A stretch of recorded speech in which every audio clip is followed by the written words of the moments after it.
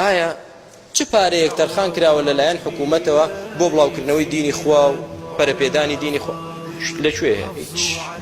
چی دەبینیت؟ ئەگەر بڵێنەوە نیە وەزارەتی ئەوقاف جا وەزارەتی ئەوقاف مەلایەکە تەعین دەکرێت و کاکە جەندەی پێشنوێژی بۆ خەڵکە و وتارەکەی خۆش بدە و باقی وەسەلام.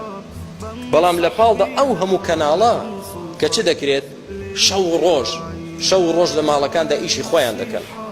بۆیە برا بەڕێزەکانم قسە زۆرە کە بکرێت و فتوای عولەما زۆرە کە بخوێندرێتەوە و بەڵگە زۆرە کە طەرح بکرێت، بەڵام ئینسانی عاقڵ ئەوەندەی بەسە کە تێبگات فی سەبیل الله لە پێناوی خوا، یعنی تێکۆشان بۆ بڵاوکردنەوەی دینی خوا و بەرزکردنەوەی کەلیمەی ئیسلام.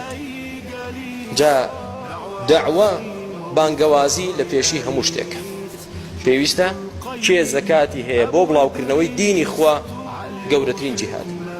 کە زەکاتت هەیە بۆ ئەوەی دەزانی کەسێک بۆ نمونە کۆمەڵی گەنجی لاو خۆیان تەفەڕۆ کردووە یەکلا کردوتەوە دەیانەوێت فێری قورئان لەبەرکەن حەدیث لەبەرکەن دینی خوا فێر بن و دوایی بڵاوی کەنەوە زەکاتیان پێدەشێت. فتوای ئیبن عوثەیمین ڕەحمەتی خوای گەورەی لێبێت.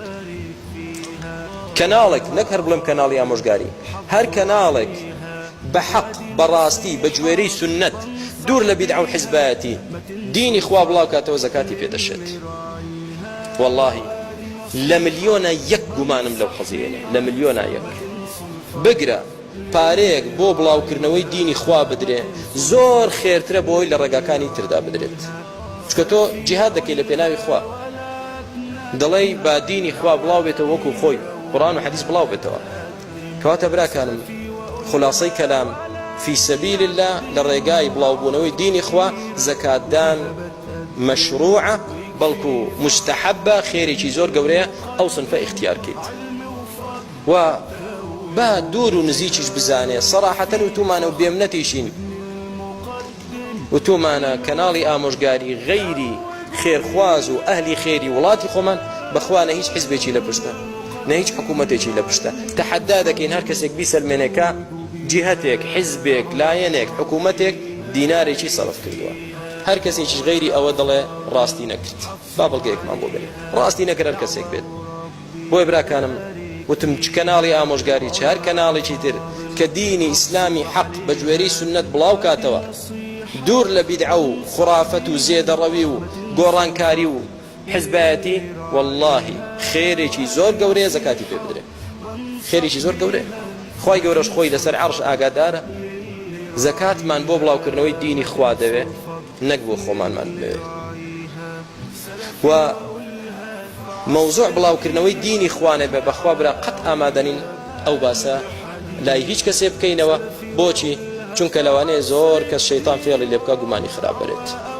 خوا لەسەر عەرش خۆی ئاگادارە لە ماڵەکەی ئەو دانیشتوم ئێستا کە مەبەستمان تەنها بڵاوکردنەوەی دینی خوا هیچی تر نا، بڵاوکردنەوەی دینی خوا هیچ تر نا. ئەو تاکە چرایە هەیە لە ماڵەکاندا قورئانە، حەدیثە، تەفسیرە، عەقیدە و بیر و باوەڕی ئیسلامیە، بۆی بگاتە هەموو ماڵێک بگاتە هەموو خەڵکێک.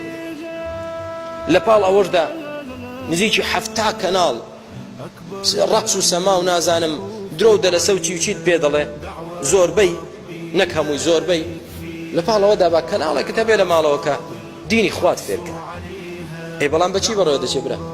خۆتان دەزانن بەگاڵتە نییە، پێویستی بەوەیە کە خوا فەرزی کردووەوە فی سەبیل الله بەخشینی ماڵت لە پێناوی خوادا، ئەوە برای بەڕێزم مەشروعە وجهاد. والله وكو پیغمبر صلى الله عليه وسلم فرموي جاهدوا المشركين بأموالكم وأنفسكم وألسنتكم. بأموالكم جهاد. تو دەتوانی بە ماڵەکەت جهاد کەی، من دەتوانم بە دەعوە و بە زمان مامۆستایەکی تر بە دەعوە، کەسێکی تر بەلاشە، هەر یەکەی بە گوێرەی ئەوەی کە خوا پێداوە تێبکۆشێ بۆ دینی خوای پەروەردگار. بۆیە بەڕێزەکانم هەر کەسێ لەولا ئەهلی علم وتمان ئەوەتە چەند ڕایەک هەیە لە بابەتەکەدا کە ڕاجیاوازی ئەهلی علم لەسەر سەرمان و لەسەر چاومان، ڕاجیاوازی ئیجتیهادی ئەهلی علم لەسەر سەرمان و سەر چاومان. ئەهلی علم بۆ خوا قسەیان کردووە ئەگەر خلافیشان بێت.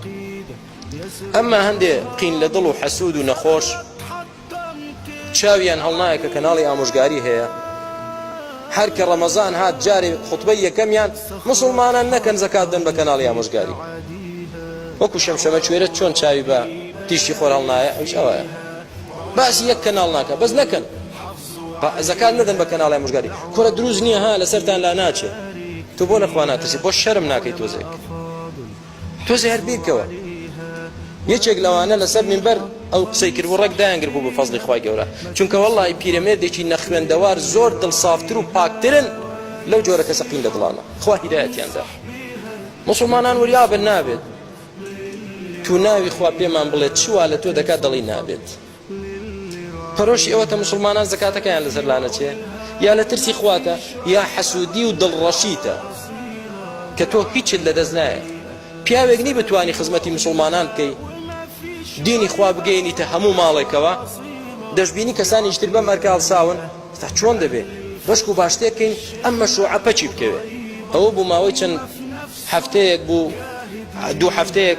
کەناڵی ئامۆژگاری ڕاوەستا فەقیرە زۆر دڵیان خۆش بوو زۆر سراحەتیان کردبوو بۆی بەڕێزەکانم ئەو متەخابیلە دڵ نەخۆشانە ئاوڕیان لێمە دەنەوە وار کەسیش هەر نابێ چۆن زەکات دەبێ لە تۆ جاهلی لە خۆتۆ قسە دەکەی ئەمە هەموو عولەما با بە قسەی لەسەری هەیە بەڕیاسەتی بن باز محەممەد بن ئیبراهیم آل الشێخ مەجمەعی فقهی مەکەی مکەڕەمە کۆی زانایان بالئەکتەریە دانیشتون دەڵێن زەکاتدان بۆ بڵاوکردنەوەی داعوە و دینی خوا گەورەترین خێرە و گەورەترین جانبە کە زەکاتی تێدا بدرێت کەسێکی وەکو تۆ هەر زەکارێک یاقین لە دڵێک لەولا ڕازە بیت نابێ مسلمانان زەکاتەکەتان لەسەر لا ناچێت خوا هیدایەتتاندا خوا ئیسلاحی حاڵتان کە خوای گەورە شیفای نەخۆشی دڵتاندا خوا شیفای نەخۆشی دڵتاندا هیچ تر چیتان پێ بڵێن وەڵای دوعای هیدایەتیان بۆ دەکەین بەڵام حەقدەکە ئەوەندە قوڵە لە دڵیاندا ئەوەندە چەقیوە هەر چەند دەکەن ڕزگاریان نابێت ناتوانن دەشزانێ خەڵک گاڵتەت پێ دەکات لە مزگەوتێکدا